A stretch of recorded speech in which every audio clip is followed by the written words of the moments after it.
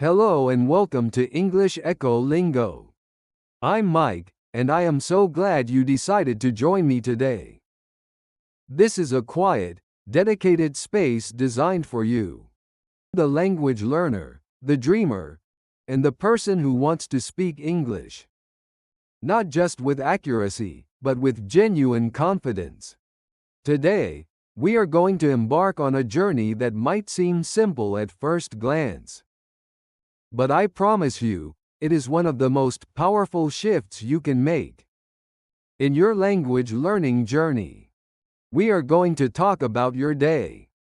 Now, you might be thinking, Mike, I want to talk about global economics, or deep philosophy, or the future of technology.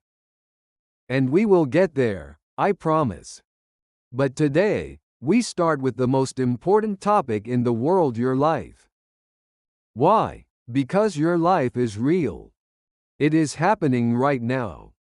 When you describe your own morning, your own feelings, and your own actions, you are not just practicing grammar. You are building a bridge between the English language and your soul. You are teaching your brain that English is not a school subject. It is a tool for living.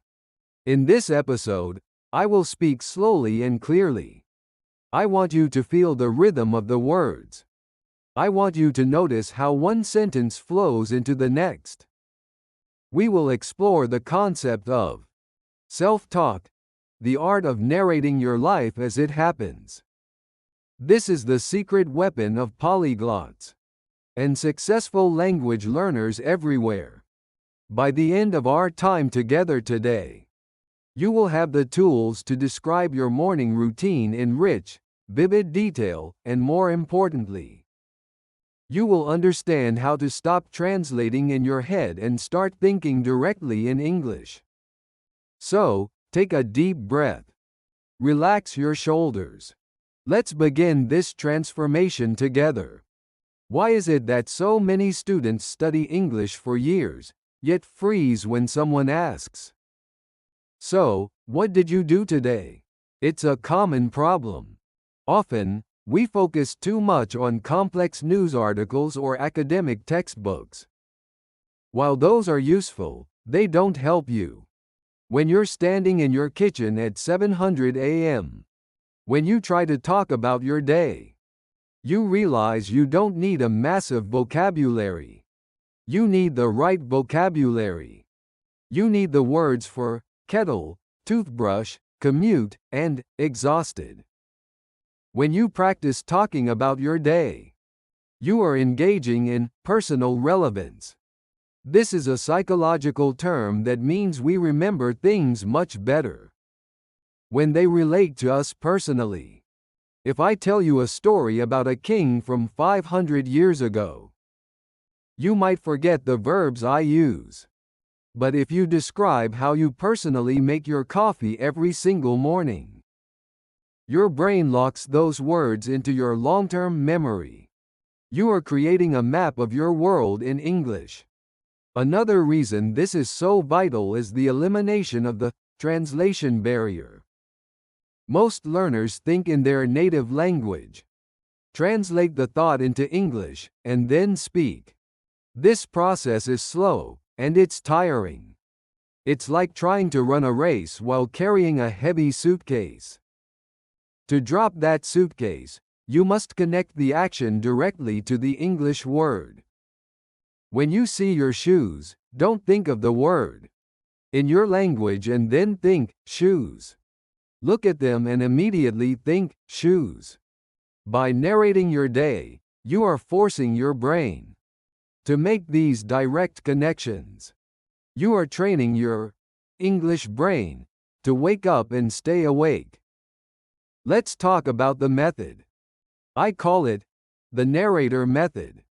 Imagine you are the star of a movie, and there is a voiceover describing everything you do. He wakes up. He reaches for his phone. He sighs because he is still sleepy. You can do this in your head, or even better, you can whisper it to yourself. It doesn't matter if you make mistakes. No one is grading you. The goal is flow. The goal is to keep the English engine running without stopping to look at a dictionary. I want you to realize that you already have enough English to start. You don't need to wait until you reach a certain level. You can start with 3-word sentences.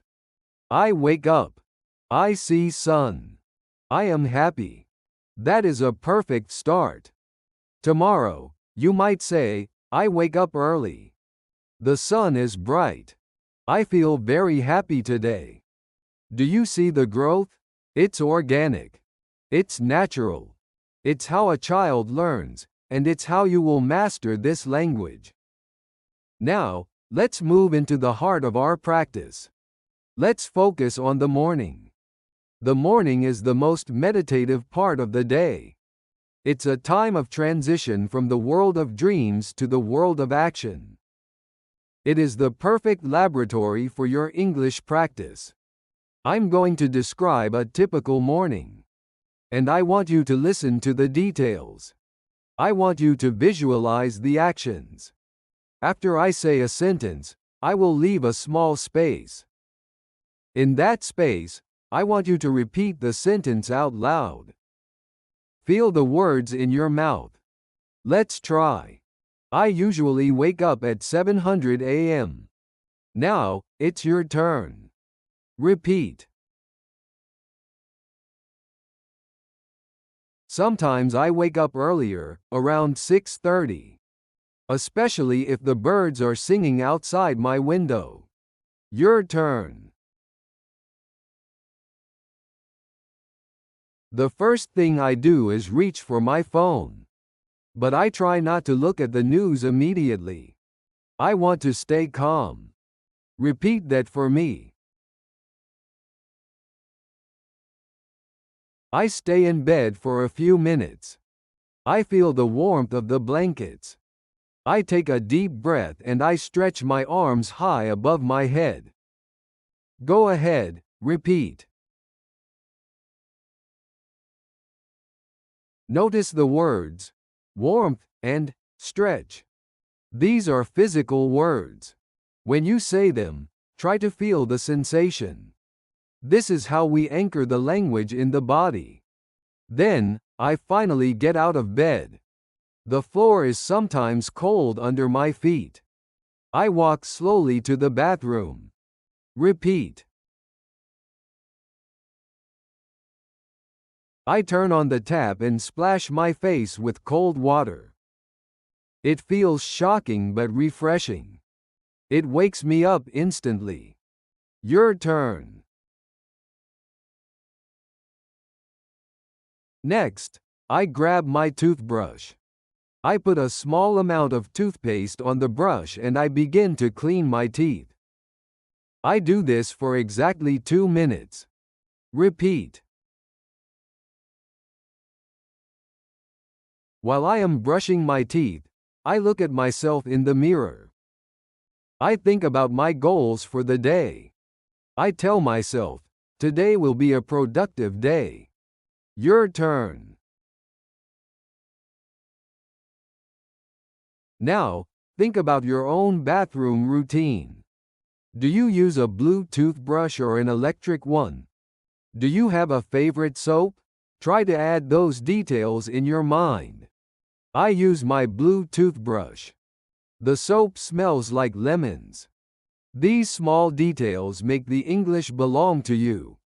After I am finished in the bathroom, I go back to my bedroom to get dressed. I open my wardrobe and look at my clothes. Repeat. If it's a work day, I choose something professional, like a button-down shirt and trousers. If it's the weekend, I prefer a comfortable t-shirt and my favorite pair of jeans. Your turn. I put on my socks first, then my trousers, and finally my shirt. I check myself in the full-length mirror to make sure I look neat. Repeat. Now, let's move to the kitchen. This is where the day truly begins for many of us. The smell of coffee, the sound of the toaster, these are wonderful triggers for language. I walk into the kitchen and the first thing I do is fill the kettle with water. I love the sound of the water boiling. Your turn. I am a coffee lover, so I prepare my favorite mug. I put 2 spoonfuls of coffee into the press and pour in the hot water. I wait for 4 minutes. Repeat. While I wait for my coffee, I prepare my breakfast. Usually, I keep it simple. I have a bowl of cereal with cold milk and perhaps a sliced banana. Your turn. Sometimes, if I have more time and I am feeling hungry, I fry 2 eggs and make some toast with butter and jam. Repeat. I sit down at the kitchen table. I try to eat slowly. I look out the window at the trees or the street below. I enjoy the quiet before the busy day starts. Your turn. Think about your breakfast. What is the one thing you cannot live without in the morning? Is it tea? Is it rice? Is it a simple piece of fruit?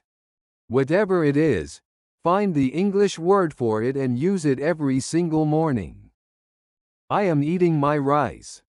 I am drinking my green tea. This is how you build the habit. Now, the final part of the morning routine: preparation for the world. This is where we shift our focus from our internal world to the external world. I finish my breakfast and wash my dishes. I don't like leaving a messy kitchen. Then, I go to my desk and check my calendar. Repeat. I look at my appointments for the day. I see that I have a meeting at 1000 a.m. and a lunch date at 100 p.m. I make a mental note of my tasks. Your turn. Then, I pack my bag. I make sure I have my laptop, my charger, my notebook, and my keys. I always check for my keys twice because I am afraid of locking myself out. Repeat.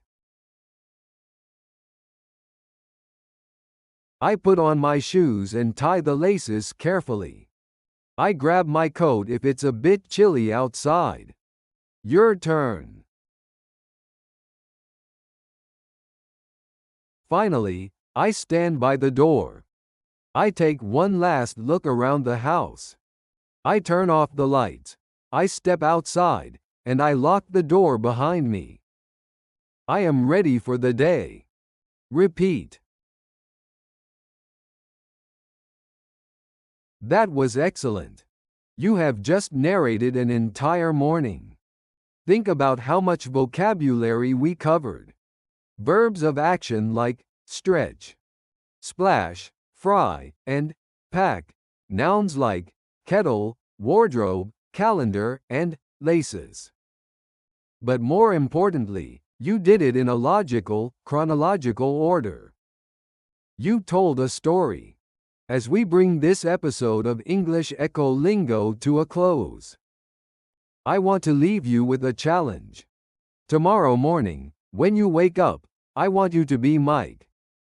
I want you to be the narrator of your own life. Even if you only say 3 things: I wake up, I drink water, I am tired. That is a victory. Language learning is not a sprint. It is a marathon made of tiny, beautiful steps. If you speak 1 sentence today, you are a speaker of English. If you speak 2 tomorrow, you are an improving speaker. If you keep going, one day, you will realize that you are no longer searching for words. The words will be there, waiting for you, as natural as your own breath. Thank you for spending this time with me. I'm Mike, and this has been English EchoLingo. I look forward to our next conversation. Until then, stay curious, stay confident, and have a wonderful day. Goodbye for now.